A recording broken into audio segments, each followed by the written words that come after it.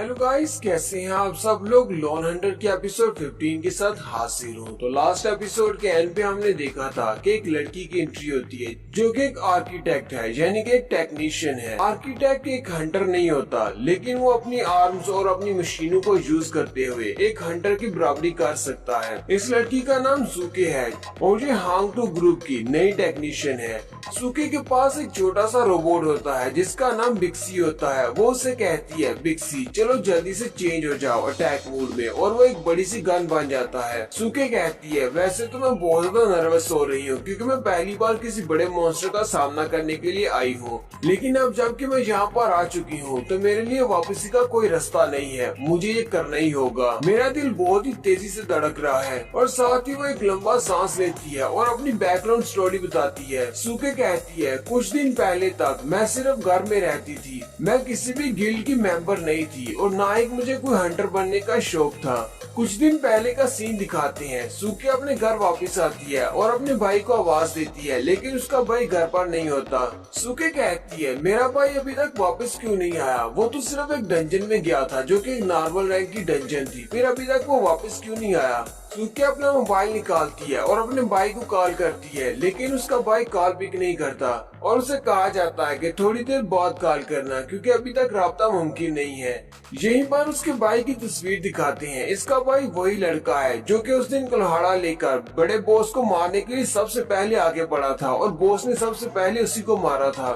सूके काफी ज्यादा परेशान हो जाती है और कहती है, अब तो काफी देर हो चुकी है, मेरा भाई अभी तक वापस नहीं आया, कहीं ऐसा तो नहीं कि डंजन के अंदर कोई एक्सीडेंट हो गया हो। सूके कहती है, मुझे यहाँ पर परेशान होने की जरूरत नहीं, मुझे कुछ न कुछ करना होगा, जो मैं कर सकती हूँ वो तो मैं करूंगी। हालांकि अभी तक हंटर एसोसिएशन वालों की तरफ से रेड के बारे में कोई भी इंफॉर्मेशन नहीं आई, लेकिन अगर मैं उनके सिस्टम को हैक कर लेती हूँ तो मैं इस इंफॉर्मेशन को जान सकती हूँ।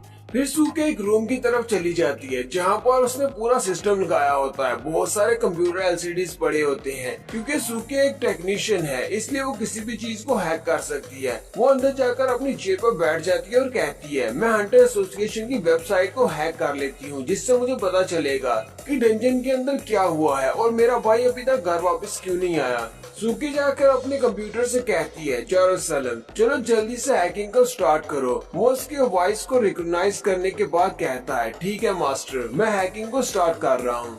सूकी अपने कंप्यूटर से कहती है, हंटर एसोसिएशन की वेबसाइट के अंदर जाओ और वहाँ पर जाकर सूजे ही यानी कि मेरे भाई की डंजन के बारे में इंफॉर्मेशन निकालो कि आज डंजन के अंदर क्या हुआ है, उनकी डंजन का रिजल्ट क्या है और मेरा भाई अभी तक घर वापस क्यों नहीं आया। कंप्यूटर उसे कहता है, तुम्हारे भाई ने आज पूरे दिन में सिर्फ एक ही डंजन को अटेम्प्ट किया है, यानी कि एक ही रेड के लिए गया था। मैं अभी उसके बाकी के डेटा को निकालता हूँ और साथ ही वो हैकिंग स्टार्ट कर देते हैं। पता नहीं यहाँ पर कुछ अल्फा कोड्स वगैरह के बारे में बोला जाता है। वो जैसे हंटर एसोसिएशन की वेबसाइट के अंदर दाखिल होने की कोशिश करती है तो उसका एक्सेस ब्लॉक हो जाता है और उसके सामने एक वार्निंग वाला मैसेज आया जाता है और कहा जाता है कि तुम्हारे पास परमिशंस नहीं है इस सारे डेटा को एक्सेस करने की। लेवल 3 का सिस्टम एक्टिवेट हो रहा है, डिफेंसिव सिस्टम। सूके भी ये देखकर बहुत ज्यादा हैरान हो जाती है और कहती है, वो तो सिर्फ एक नॉर्मल डंजन है, लेकिन इसके डेटा को एक्सेस करने के लिए इतनी ज्यादा परमिशंस की क्या जरूरत है, इसके डेटा को रिस्ट्रिक्ट किया गया है।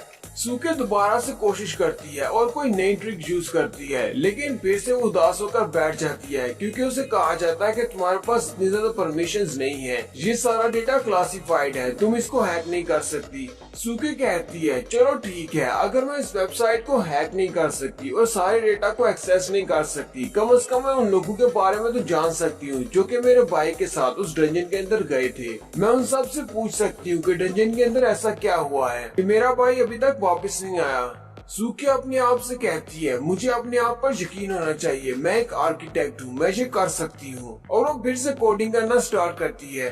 उसी वक्त घड़ी की तरफ भी दिखाते हैं कि उसे काम करते हुए 7 बज जाते हैं। वो अभी तक कंप्यूटर के सामने बैठी अपना काम कर रही है, लेकिन उस डंजन में उसके भाई के साथ जितने भी लोग गए थे उन सब के बारे में भी कोई इन्फॉर्मेशन नहीं होती, क्योंकि वो किसी भी सिस्टम को हैक नहीं कर पा रही होती। किसी के लिए भी उसके पास इतनी ज्यादा परमिशंस नहीं होती। सारे का सारा डेटा ही क्लासिफाइड होता है। सुकी कहती है ऐसा कैसे हो सकता है? मेरे भाई के साथ उस दिन जितने भी लोग डंजन के अंदर गए थे उन सभी के ऊपर हाईली क्लासिफाइड का लेबल लगा हुआ है, यानी कि मैं उनको एक्सेस नहीं कर सकती, उनका डेटा नहीं देख सकती। सुके फिर से बहुत ज्यादा कंफ्यूज हो जाती है, लेकिन साथ ही वो फिर से अपने आप से कहती है मैं कंफ्यूज नहीं हो सकती, मुझे टेंशन नहीं लेनी, मैं ये कर सकती हूँ, मैं एक आर्किटेक्ट हूँ। और वो फिर से कंप्यूटर पर बटन दबाना स्टार्ट कर देती है। काफी देर तक इसी तरह लगी रहती है, यहीं तक के टाइम दिखाते हैं कि 9:30 बज चुकी होती हैं, लेकिन अभी तक वो सिस्टम को हैक नहीं कर पाई। और साथ ही वो रोना शुरू कर देती है और कहती है ऐसा कैसे हो सकता है कि मैं इस सिस्टम को हैक नहीं कर पा रही। सुके रोते हुए कहती है मैंने तो अभी तक कुछ खाया भी नहीं,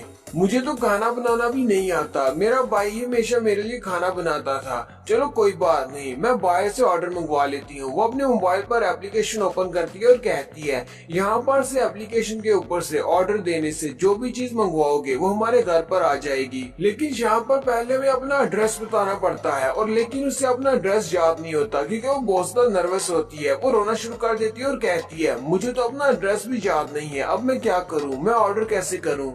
फिर वह साथ ही और भी ज्यादा रोना शुरू कर देती है और उसका मोबाइल उसके हाथ से गिर जाता है और नीचे गिरकर टूट जाता है।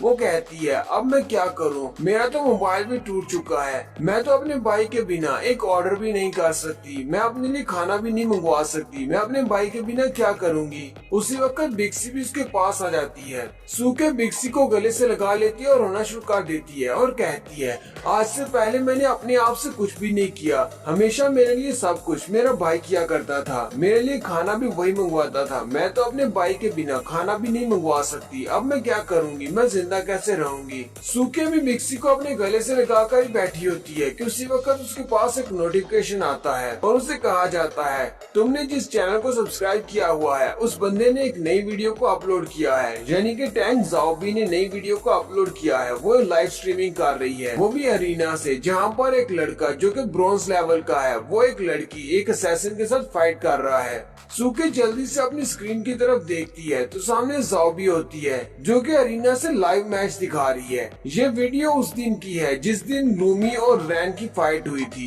रैन लूमी से कह रहा होता है चलो जल्दी से कहो कि मैं एक कुतिया हूँ और बहुत ही बुरी कुतिया हूँ। सूके कहती है ये लड़का तो बहुत ज्यादा बुरा है, लेकिन साथ ही वो उसे पहचान जाती है और कहती है ये तो रैन है, ये तो सॉन्ग रैन है, ये भी मेरे भाई के साथ डंजन में गया था। वो जल्दी से अपने डेटा को दोबारा से रिसर्च करती है और कहती है ये तो वाकई में सॉन्ग रैन है। सूकी कहती है डंजन के अंदर इसके साथ जितने भी लोग गए थे उन सभी का डेटा रिस्ट्रिक्टेड है, यानी कि उनके बारे में कुछ भी नहीं पता, लेकिन इसके डेटा को एक्सेस किया जा सकता है। ये अभी तक बाहर क्यों है, बाकी सब कहाँ पर हैं? सूके काफी ज्यादा गुस्सा हो जाती है और उठकर जाकर अपनी टेबल पर पड़े हुए एक ब्लूप्रिंट के सामने खड़ी हो जाती है। वो ब्लूप्रिंट एक बड़ी सी गन का होता है। वो उस ब्लूप्रिंट के ऊपर दोबारा से लाइनें लगाना शुरू कर देती है, यानी कि वो उसको दोबारा से बना रही है। और बिक्सी से कहती है बिक्सी मुझे लगता है कि अब मुझे अपने आप भी कुछ करना होगा, मैं बहुत ज्यादा नाइव थी, जो मुझे लगा था कि मैं अपने भाई के भरोसे सारी जिंदगी गुजार सकती हूँ। नेक्स्ट सीन इस दिन के 2 दिन के बाद का होता है। हांगटू गिल्ड का बॉस अपने रूम में बैठा होता है, जबकि उसी वक्त वो लड़का जिसका बाजू कट गया था मिस्टर ट्रेटर ने जिसके ऊपर अटैक किया था वो बॉस के पास आता है और कहता है बॉस एक लड़की तुमसे मिलने के लिए आई है, वो कहती है कि वो हमारे ग्रुप को ज्वाइन करना चाहती है।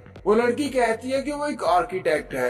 बॉस उसकी बात सुन के बाद हंसना शुरू कर देता है। वो लड़का उसे कहता है बॉस क्या हुआ, क्या कोई मसला है, क्या उसे वापस भेज दूं? बॉस ने कहता है नहीं, उसे अंदर आने दो। ये तो बहुत ही ज्यादा इंटरेस्टिंग बात है कि एक आर्किटेक्ट हमारे पास खुद चल कर आया है। एक आर्किटेक्ट बहुत ज्यादा जरूरी होता है। जहाँ पर हंटर्स होते हैं वहाँ पर आर्किटेक्ट्स भी साथ होते हैं। आर्किटेक्ट्स अपनी मशीन्स और अपनी गन्स की मदद से अटैक करते हैं, जबकि हंटर्स अपनी सोल पावर के साथ अटैक करते हैं।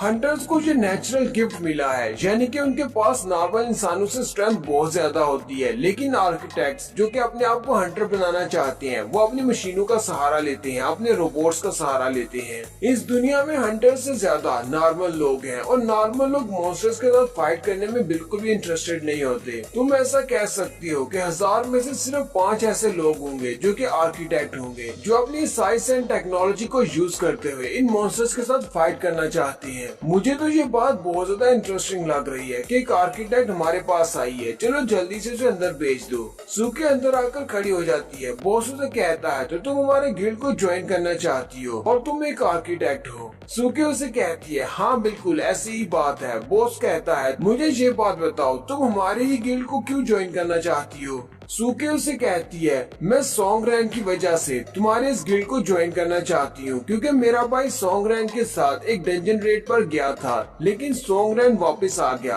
बाकी सब लोग वापस नहीं आए। मुझे नहीं पता मेरा भाई कहाँ पर है, और उस डंजन के अंदर जो कुछ भी हुआ है, मेरे भाई के साथ जो कुछ भी हुआ है, वो सब कुछ सॉन्गरैन ने किया है। सॉन्गरैन का नाम सुनते ही बॉस काफी ज्यादा खुश रहता है, क्योंकि वो भी इस रैन के साथ बदला लेना चाहता है। मैं यहाँ पर हांगटू गिल्ड को ज्वाइन करने के लिए इसलिए आई हूँ क्योंकि मुझे लगता है कि तुम लोग भी रैन को मारना चाहती हो। रैन ने वीडियो के अंदर तुम्हारे एक मेंबर को बहुत ज्यादा ह्यूमिलिएट किया था और सबके सामने हांगटू ग्रुप की बहुत ज्यादा बेइज्जती कर दी। बॉस उसकी बात सुन के काफी ज्यादा खुश रहता है और कहता है चलो फिर ठीक है, तुम हमारी गिल्ड को ज्वाइन कर सकती हो। मैं तुम्हें दो बातें बताता हूँ। पहली बात तो ये है हमारे पास जितनी इन्फॉर्मेशन है उसे ये सारी इन्फॉर्मेशन मिस्टर ट्रेडर से मिली है। बॉस उसे कहता है उस डंजन के अंदर जो कुछ भी हुआ था वो सब कुछ हमें पता है। उस डंजन के अंदर सॉन्गरैन के अलावा जितने भी थे वो सारे के सारे लोग मारे गए हैं, उनमें से कोई भी जिंदा नहीं है, तो तुम्हारा भाई भी मर चुका है। सूके उसकी बात सुनने के बाद रोना शुरू कर देती है और कहती है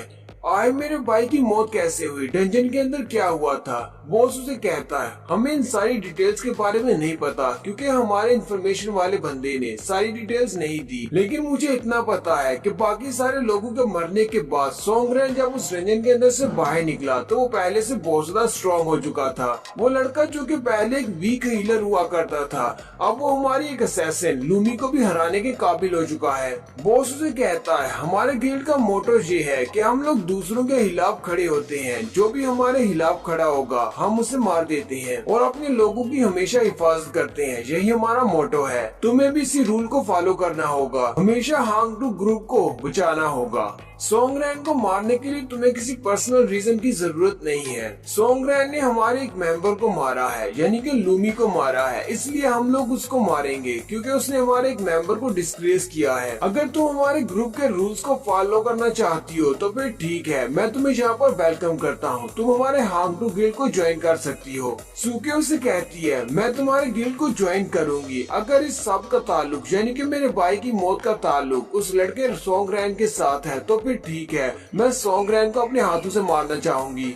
सूके जैसी वहाँ से जाने लगती है, बॉस उसे कहता है हाँ ये बात ठीक है कि मैंने तुम्हें कह दिया है कि तुम हमारे इस ग्रुप को ज्वाइन कर सकते, लेकिन मैं फिर भी तुमसे कहना चाहता हूँ कि तुम हमारी रेड्स को ज्वाइन करो ताकि तुम्हें कुछ एक्सपीरियंस हासिल हो सके। तुम्हारे पास 1 महीने का टाइम है, हमारी डंजन रेड्स को ज्वाइन करो और एक बी रैंक की हंटर बनकर दिखाओ ताकि तुम्हें बहुत सारे कंट्रीब्यूशन पॉइंट मिल सके। क्या तुम ऐसा कर सकती हो? सूके उसे कहती है ठीक है, मैं तुम्हारी डंजन रेड्स को ज्वाइन करने को तैयार हूँ। सूके वहाँ से चली जाती है और कहती है अब तुम्हें परेशान होने की जरूरत नहीं, मैं तुम्हारे गिल्ड को ज्वाइन करूंगी। अब मैं वो छोटी लड़की नहीं रही जो कि सिर्फ घर में बैठकर रिसर्च करती है, अब मुझे फील्ड में जाकर अपनी भाई की मौत का बदला लेना है। और यहीं पर हमारी एपिसोड 15 का एंड होता है। एक्सप्लेनेशन अच्छी लगी हो तो कमेंट करके जरूर बताएं। चैनल को सब्सक्राइब कर दे, वीडियो को लाइक और शेयर कर दे। शुक्रिया।